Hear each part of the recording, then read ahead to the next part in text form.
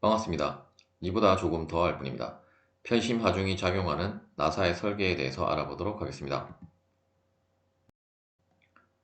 먼저 다음에 그림에 보시는 것처럼 이제 이러한 브라켓의 그 축 방향에 이제 평행한 방향으로 이제 하중 W가 다음과 같은 위치에 이제 작용을 할 때에 우리가 나사를 설계를 하는 방법에 대해서 알아보도록 하겠습니다. 나사를 설계를 한다라고 하는 것은 결국 우리가 어떤 나사의 이제 호칭 지름을 결정을 한다라는 의미가 되겠고, 현재 이제 이 왼쪽의 그림을 우리가 이제 정면도라고 하고, 이제 오른쪽 그림을 우측면도라고 하면, 현재 이제 나사는 정면도에도 두 개가 있고 우측면도에도 두 개가 있기 때문에 총 나사의 이제 개수는 이제 4개라고 보시면 되겠습니다. 그리고 이제 나사는 현재 토시되지는 않았지만 이제 이쪽 부분에 나사들이 이제 체결이 되는 부분이라고 보시면 되고, 현재 이제 하중이 이제 나사의 축 방향에 평행하게 작용을 했기 때문에 이제 각각의 나사에는 이제 인장 하중만 작용을 한다라고 보시면 되겠습니다. 먼저 이제 이 하중 W에 의해서 나사가 이제 직접적으로 이제 인장력을 받는 하중을 우리가 이제 WT1이라고 하면, 결국 WT1이라고 하는 것은 이제 실제로 전체 하중 W를 이제 나사의 개수만큼 나눠준 것으로 이제 각각의 나사에 이제 작용을 하고 있다라고 보시면 되겠습니다. 그리고 이제 이 하중 W가 어떤 이제 이 나사가 체결되어진 이제 이 전체 브라켓에 있어서 이 위쪽 어떤 평판 부분에 어떤 도심의 위치를 벗어나서 다음과 같이 이제 편심 하중으로 이제 작용을 했다라고 하면, 이제 그때는 또 모멘트에 의한 하중을 우리가 또 부가적으로 계산을 해야 되고, 또한 어떤 이제 우리가 어떤 모멘트의 이제 회전 중심은 어차피 커플 모멘트이기 때문에 이제 어떤 여러분들이 이제 계산하기 쉬운 쪽으로 이제 엄밀하게는 어떤 이러한 브라켓 형상의 이제 도심 위치에 회전 중심이 위치를 하겠지만은, 이러한 경우는 우리가 이제 이 브라켓의 이 A점이 A점이 아니고 이제 이쪽 끝단을 이제 회전 중심점으로 해서 이제 모멘트를 이제 계산을 한 다음에 이제 각각의 나사가 이제 받는 모멘트는 어떤 이제 이 나사 각각에 작용하는 힘 곱하기 이제 나사의 축 방향 힘까지의 거리 L1과 L2로 우리가 계산을 할 수 있는데, 그런데 이제 나사의 하중을 우리가 정확하게는 알 수 없기 때문에 이제 이러한 이제 설계를 연구하는 학자들이 이제 아이디어를 낸 것이 이제 이 하중 W, 집중 하중 W를 어떤 이제 이 길이 방향 L 방향의 균일한 분포 하중으로 우리가 바꿔서 우리가 이제 생각을 해보면, 결국 이제 1 위치에 있는 나사에 대한 어떤 축방향 하중, 즉 이제 하중 W에 의한 축방향 하중 W의 모멘트에 의한 이제 축방향 하중은 어떤 길이 L1에 대해서 이제 비례를 하게 될 것이고, 마찬가지로 이제 2 위치에 있는 것도 이제 L2에 비례를 하게 되는데, 결국 이제 비례를 하는 것이고 우리는 또 나사를 설계를 하는 것이기 때문에 각각 1과 2를 이제 모두 계산을 할 수도 있겠지만, 우리가 설계에 있어서는 이제 가장 큰 하중이 작용하는 쪽을 계산을 하면 되기 때문에, 따라서 이제 이 L2 위치에 있는 2 위치에 있는 이제 나사의 하중을 우리가 계산을 하면 될 것입니다. 지금은 우리가 이제 어떻게 이제 계산하는 방법을 지금은 공부를 하는 것이기 때문에 이제 1과 2 위치에 대한 하중을 이제 모두 계산을 하긴 할 건데,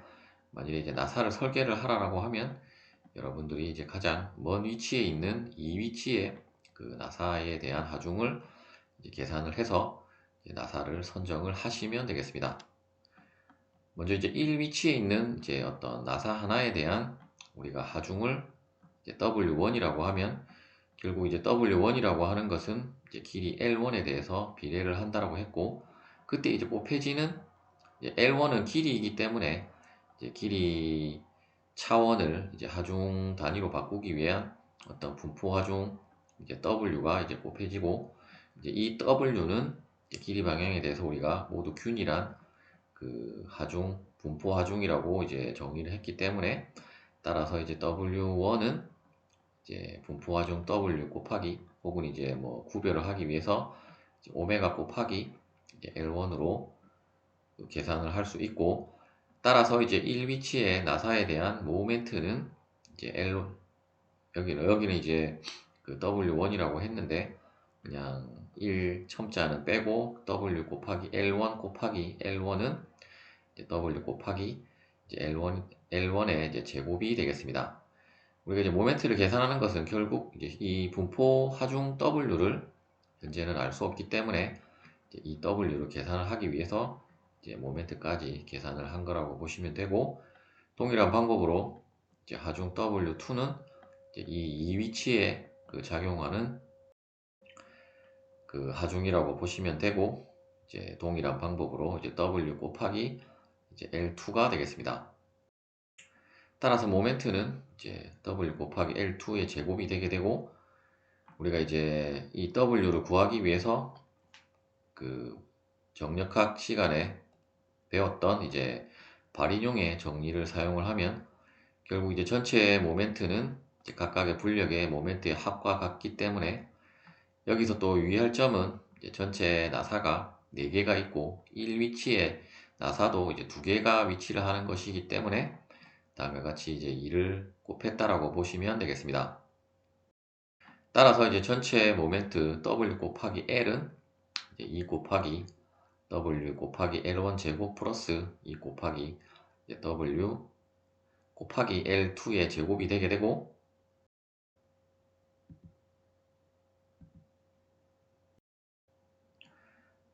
따라서 이제 그 공식에 의해서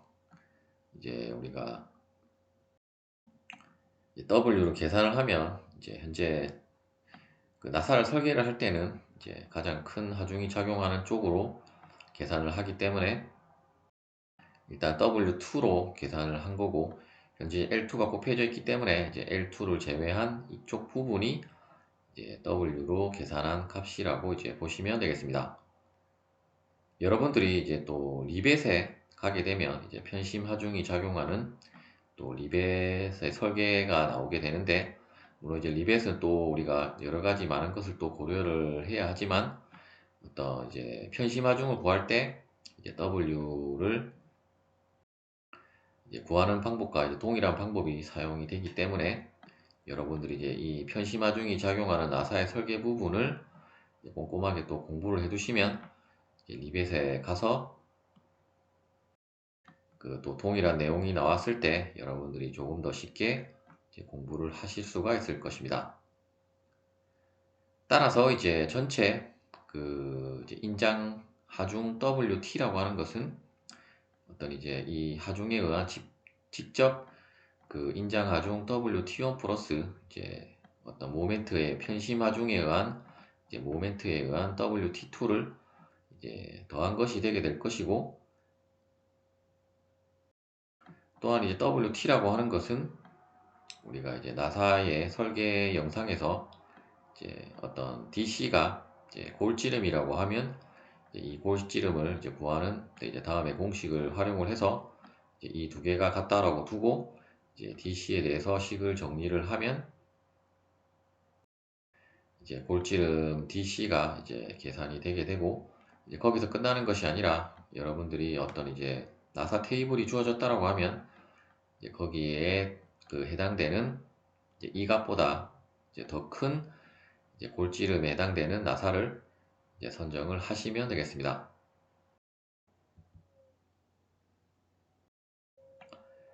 두 번째 경우는 이제 동일하게 이제 편심 하중이 작용을 하고 있는데, 이제 이 경우는 이제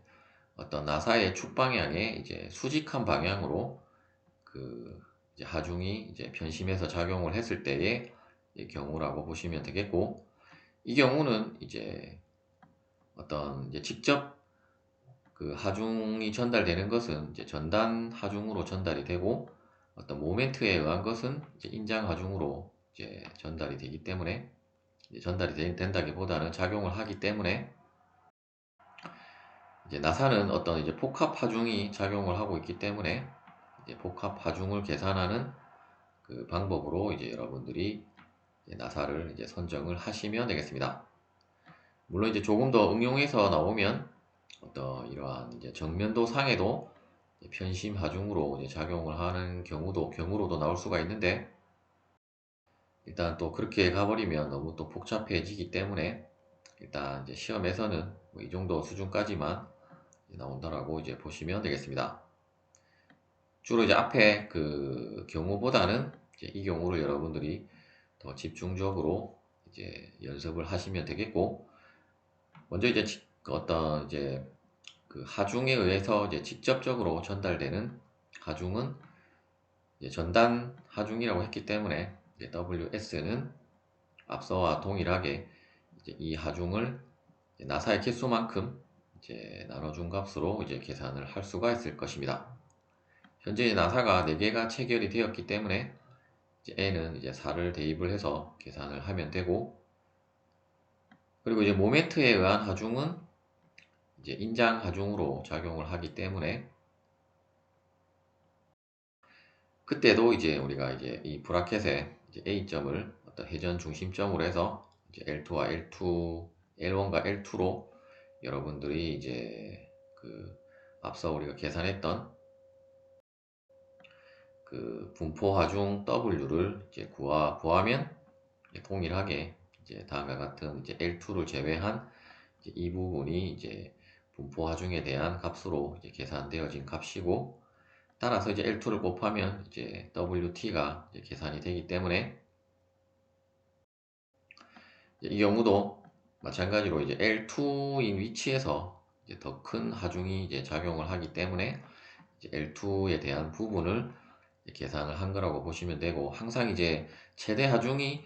그 작용하는 그 부분을 여러분들이 이제 계산을 이제 전부 다 계산할 필요 없이 최대 하중이 작용하는 부분만 이제 계산을 진행을 하시면 되겠습니다. 앞서는 이제 전부 다 인장 하중이었기 때문에 두 개를 그냥 더하면 됐지만, 현재는 이제 하나는 전단 하중이고 하나는 그 인장 하중이기 때문에, 먼저 이제 등가 인장 하중은 이제 2분의 1 곱하기 이제 그 WT 플러스 루트 WT의 제곱 플러스 4WS의 제곱으로 이제 등가 인장 하중을 계산을 하면 되고, 또한 이제 등가 전단 하중은 이제 2분의 1 곱하기 루트 이제 WT의 제곱 플러스 4 곱하기 이제 WS의 제곱으로 계산을 하면 되고, 이제 이 두 개는 별개이기 때문에 뭐 굳이 여러분들이 이 두 개를 더할 필요는 없고, 만일에 문제에서 어떤 뭐 그 항복 강도가 주어지거나, 물론 항복 강도가 주어지면 여러분들이 이제 안전율까지 같이 주어져서 이제 허용 응력을 이제 허용 인장 응력을 구한 다음에 이제 이 공식으로 이제 계산을 하시면 되고, 만일에 이제 허용 전단 응력이 주어졌다라고 하면 이제 이 공식을 사용을 해서 이제 WSE를 구한 다음에 다시 우리가 이제 WSE는 그 이제 나사의 단면적 곱하기 이제 허용 응력으로 해서 그 공식에서 이제 다시 이제 나사의 지름을 계산을 한 다음에 그 나사를 이제 선정을 하시면 되겠습니다. 예제를 풀어보도록 하겠습니다. 다음과 같이 이제 어떤 브라켓에 그 편심하중 12kN이 400mm 떨어진 위치에 작용을 하고 있고, 자세히 보시면 나사의 축 방향에 이제 수직한 방향으로 그 하중이 작용을 했기 때문에 우리 이제 그 등가 하중으로 이제 계산을 한 다음에 여러분들이 그 나사를 선정을 하시면 되겠고, 먼저 이제 문제에서는 이제 어떤 그 인장 응력으로 이제 응력값이 주어졌고, 나사의 개수는 4개로 주어졌기 때문에 우리가 이제 WT로 계산을 해서 이제 나사를 선정을 하시면 되겠고, 먼저 이제 직접 하중 그 WS는 그냥 12kN을 이제 나사의 개수만큼 나눠주면 되고, 따라서 이제 각각의 나사 하나에 작용하는 이제 전단 하중은 이제 전단력이 아니라 전단 하중은 3kN이 되겠습니다. 그리고 이제 현재 이제 375mm 떨어진 이제 이 위치의 나사의 어떤 편심 그 하중 모멘트에 의해서 이제 가장 큰 하중이 그 작용을 하기 때문에, 따라서 일단 이제 L2는 375mm라고 보시면 되겠고, 그리고 이제 균일 분포 하중 W는 이제 W 곱하기 L 나누기 2 곱하기 L1 제곱 플러스 L2 제곱으로 계산을 하면 되기 때문에, 이제 각각의 값들을 다 대입을 한 다음에 계산을 하면 그 WT는 6.29kN이 되겠습니다. 주어진 그 조건이 이제 인장 하중으로 주어졌기 때문에, 인장 하중이 아니고 이제 인장 응력으로 주어졌기 때문에, 우리가 이제 어떤 등가 인장 하중 WT를 구하면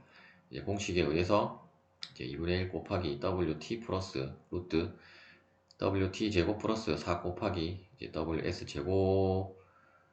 이제 각각의 값들을 다 대입을 해서 이제 계산을 해보면 이제 7,490N이 나오게 되고, 따라서 이제 하중은 이제 어떤 나사의 그 파괴 단면적 혹은 이제 파손 단면적 곱하기 이제 응력이 되게 될 것이고, 이제 각각의 또 값들을 이제 다 대입을 해서 현재 이제 DC를 우리가 구하는 것이기 때문에, 일단 우리가 이제 대입할 수 있는 값들을 모두 대입을 하면 이제 66 DC의 제곱이 되게 되고, 따라서 이제 DC의 제곱은 66분의 7490이었기 때문에 DC는 10.65mm가 되겠습니다. 여러분들은 이제 여기서 끝나는 것이 아니라 이제 이 값을 그냥 답으로 생각하고 이제 여기서 끝나버리면 또 이제 감점을 당할 수 있기 때문에, 여기서 끝나는 것이 아니라 이제 이 값이 골지름이기 때문에, 이제 만일에 테이블이 주어졌다라고 하면 이제 이 값보다 큰 골지름의 뭐 나사를 이제 선정을 하면 되는데, 물론 뭐 더 큰 나사를 뭐 선정을 하면 상관없겠지만, 이제 이 값보다 작은 나사로 여러분들이 선정을 해버리면 이제 그 감점이 될 수 있고, 만일에 테이블이 주어지지 않았다라고 하면 그 이 골지름 이제 DC라고 하는 것이 어떤 우리가 호칭 지름 이제 호칭 지름을 D라고 하면 이제 호칭 지름 D에 0.8을 곱한 것이 DC가 되기 때문에, 이제 그 두 개의 그 DC와 D의 상관관계식에 의해서 여러분들이 이제 D를 계산을 하셔도 되겠습니다.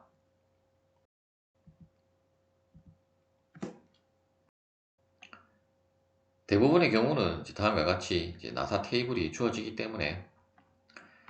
현재 이제 그 각각의 수치가 의미하는 바를 이제 잠깐이 아니고 이제 윗부분에 생략이 되었는데, 이제 이쪽 부분이 어떤 이제 볼트에 대한 이제 골지름 부분이라고 보시면 되겠고, 따라서 우리가 앞서 계산한 값이 이제 10.65였기 때문에, 따라서 이제 M12로 하면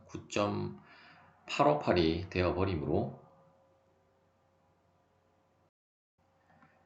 이제 M14 이상의 나사로 이제 선정을 해야 됨을 알 수 있고, 따라서 이제 답은 이제 M14로 이제 선정을 한다라가 되겠습니다. 시청해주셔서 감사합니다.